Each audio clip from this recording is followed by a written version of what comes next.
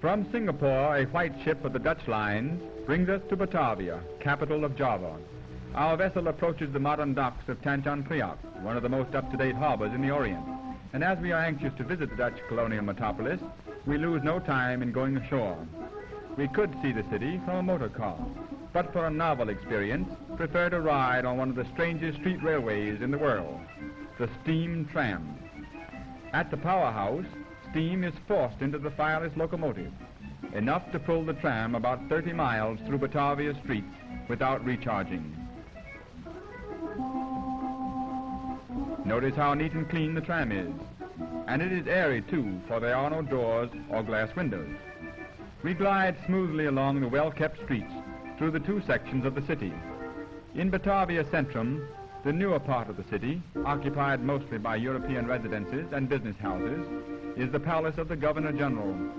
Since Jan Pietersen Koen founded Old Batavia in 1619, the Dutch have slowly extended their dominance in the Indies until today they rule over an area 62 times larger than the mother country. In Java are to be found many splendid hotels. Ahead of us is the famous Hotel des Andes. It is difficult to imagine we are so many thousands of miles from what we had considered comforts of civilization when we see such evidences on all sides in this remote island of the Dutch. This modern building is the recently erected terminus of the efficient railway system that serves all parts of Java. In the section of the city known as Old Batavia are many Dutch and foreign business firms, but it is mostly occupied by shops and homes of Chinese and Javanese.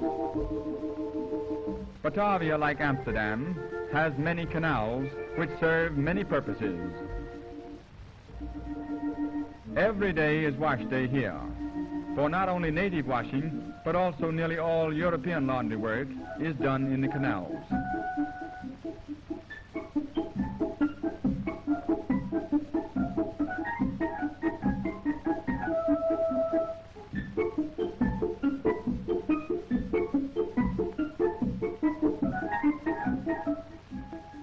The Javanese use the canals for swimming, but a typical and more refreshing method of bathing is to pour water over themselves and allow evaporation to cool the body.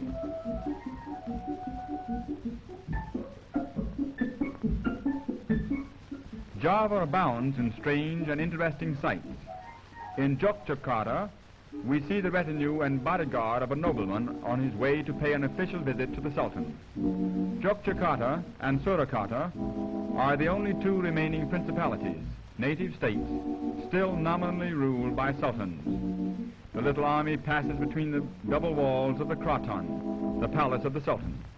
They still wear their fez-like head coverings and dress in sarongs of handmade batik.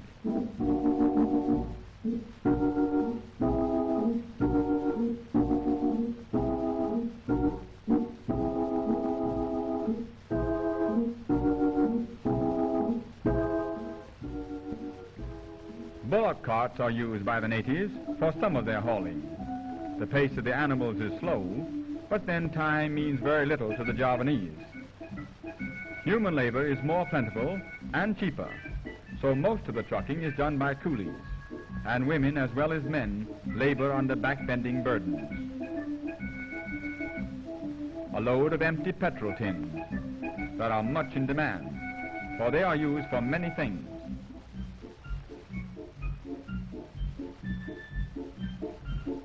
Here's one use to which they are put: a variety of pots and pans, handmade, very cheap, yet quite serviceable.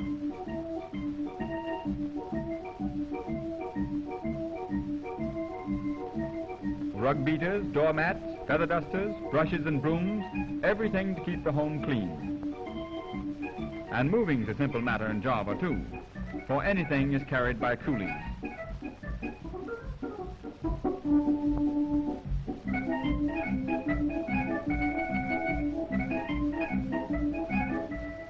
Nothing's too large or heavy, and even the grand piano is easily carried.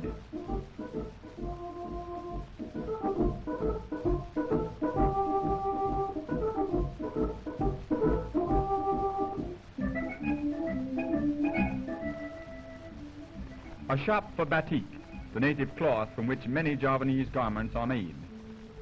Javanese batik is known all over the world. The best comes from Jogja.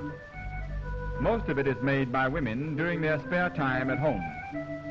If worked on continually, about 10 days would be required to decorate even a simple sarong, while elaborate patterns would take many months to complete. With a little instrument called a chanting, a sort of batik fountain pen, a solution of melted wax and rosin is applied as a pattern to those portions of the material not to be dyed. It's tedious work, for both sides of the material must be covered with the identical design.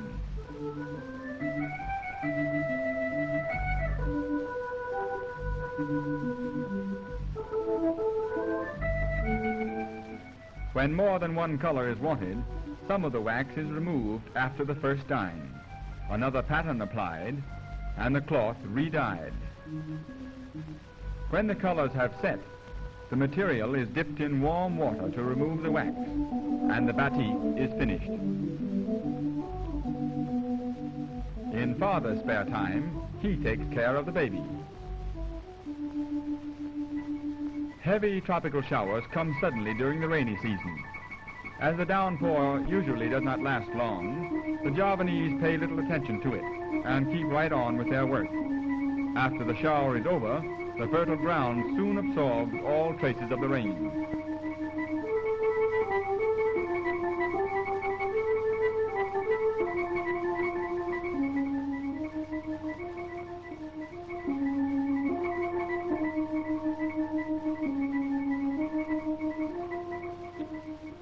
Near Jogja is one of the world's great spectacles, the Borobudur, perhaps the most perfect Buddhist monument in existence.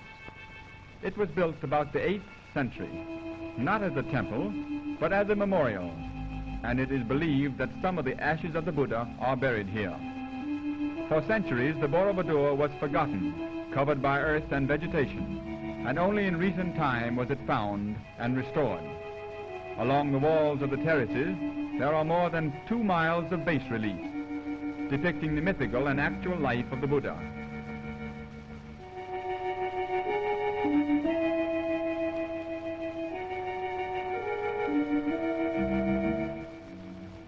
There are 505 statues of the Buddha. Many still remain within these bell-shaped stone cupolas. Native tourists come every day to visit the Borobudur, and pilgrims come to pray and burn incense before some of the many images. Buddhism and Hinduism have given way to Mohammedanism in Java, and little remains of the earlier religions but monuments of the past. A great monument of the Hindu religion is the Prambanan, a group of ancient temples now in ruins. We make our way to Surabaya, the chief commercial city of the Dutch East Indies. We find it a modern and very busy metropolis. Native officers efficiently direct the traffic, which is the heaviest of any city in Java. The main Surabaya office of the electric services, owned and operated by the government. The recently erected municipal building, housing the many public offices of this thriving and prosperous city. The tower, when built, was the tallest structure in Netherlands, India. A visit to Java would not be complete without partaking of a rice topple, the famous meal of the East Indies. 18 waiters serve 90 different dishes at this repast. However, at some rice tables, there are as many as 300 varieties of edibles served. As the name suggests, the first course of this elaborate meal is rice, and plenty of it. To it are added many kinds of meats, fish, fowl, eggs, spices, sauces, condiments, and nuts, until finally the plate is filled with an astounding mixture of food, so tempting that one frequently overeats, and therefore it's not hard to understand why it is so easy to lose one's figure in Java.